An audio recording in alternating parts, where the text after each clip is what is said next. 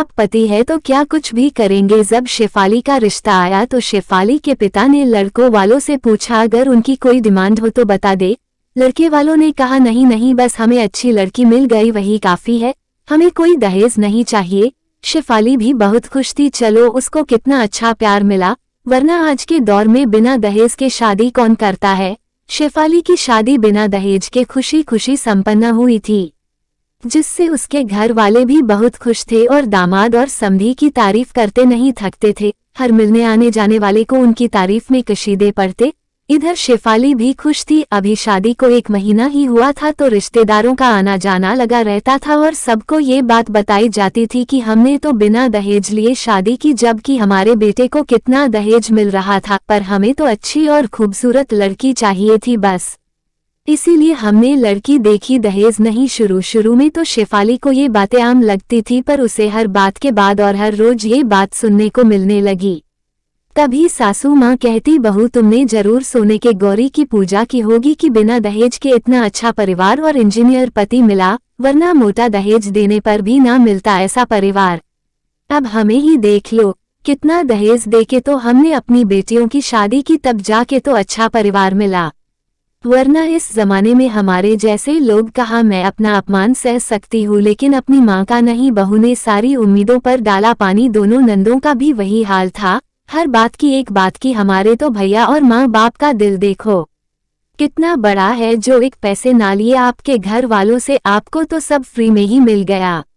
ये बातें शेफाली को अब सुन के चिढ़ाने लगी। उसे ऐसा लगने लगा जैसे कितने एहसानों तले दबी है। ऊपर से घर के सारे काम, नंदों का घर एक ही शहर में होने से वो भी वीकेंड पे चली आती, बच्चे और पति के साथ तो सबकी पसंद का खाना अलग अलग बना के खिलाते हुए उसका पूरा दिन निकल जाता, खाने का भी समय नहीं मिलता। लेकिन पूरे घर में कोई भी नहीं पूछता कि तुमने खाना खाया या नहीं।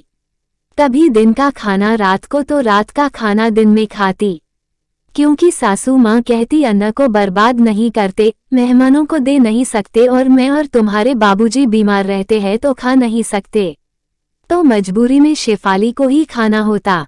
सब बचा हुआ उसे सबसे बुरा तो तब लगता जब रंजीत भी उससे एक बार भी नहीं पूछते कि तुमने खाया या नहीं, या तुम्हारी क्या मर्जी है।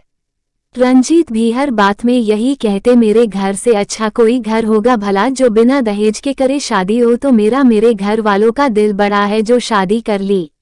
अब ये हर रोज की कहानी हो गई थी सबकी। शेफाली ना अपनी पसंद के कपड़े पहन पाती, ना खाना खा पाती। इन सब बातों से अब उसका दम घुटने लगा था। अचानक एक दिन सासू माँ ने कहा, बहू कल घर में हमारे दोनों समधी का पूरा परिवार खाने पे आने वाला है, तो तुम सबकी पसंद के ही व्यंजन बनाना। शेफाली ने कहा, ठीक है मां जी। शेफाली ने दिन भर मेहनत करके सबकी पसंद के खाने बनाए। सारे रिश्तेदार खाने की तारीफ किए नहीं थक रहे थे, और इधर शेफाली के घर वाले अपनी ही तारीफ कर रहे थे कि हमने तो बिना दहेज के शादी की। सबके खाने के बाद शेफाली जब खाना खाने गई तो उसने देखा सुबह की एक रोटी बची थी जो सूख चुकी थी, तो उसने वो रोटी कुत्ते को खाने में डाल दी और खुद ताज़ा बनाया हुआ खाने लगी। इतने में सासू माँ आके बोली, ये क्या बहू तुमने रोटी कुत्ते को क्यों दी, खुद खा लेती तो क्या हो जाता, इतना अन्न बर्बाद कर दिया।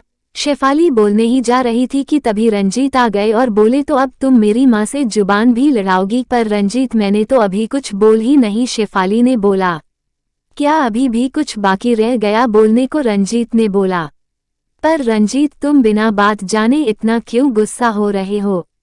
पर क्या शेफाली, तुम्हारे बाप की औकात नहीं थी तुम्हारी शादी करने की, और तुम हमारे घर का अन्न बर्बाद करो और हम तुम्हें कुछ बोले भी ना।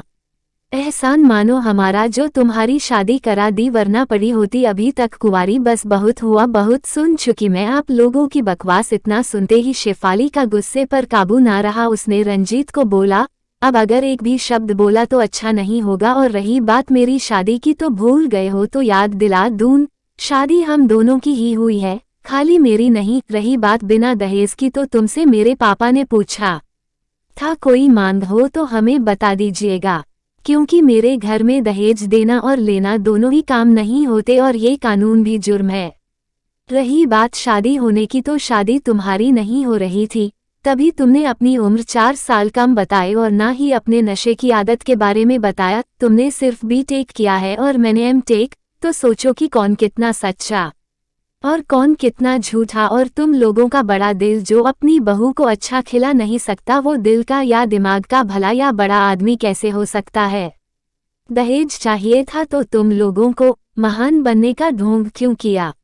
और खबरदार, आज के बाद कभी मेरे पापा की औकात की बात की तो वो लोग अपनी बहू के साथ ऐसा बर्ताव नहीं करते, समझे।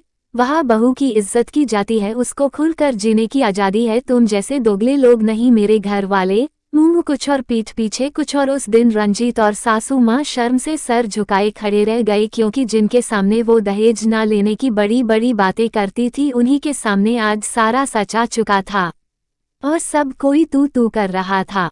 ये एक काल्पनिक कहानी है, पर आए दिन समाज में दहेज के नाम पर हर लड़की और उसके परिवार को इसका सामना करना ही पड़ता है, जिसे हम सब को मिलकर खत्म करना होगा। अगर अपने दहेज नहीं लिया तो अपने लड़की या उसके घर वालों पर कोई एहसान नहीं किया, बल्कि आप ये सोचे आप भीख मांगने से बच गए। दहेज लेना एक भीख ही तो है। इस कहानी को YouTube पर देखने के लिए यहाँ पर क्लिक करें।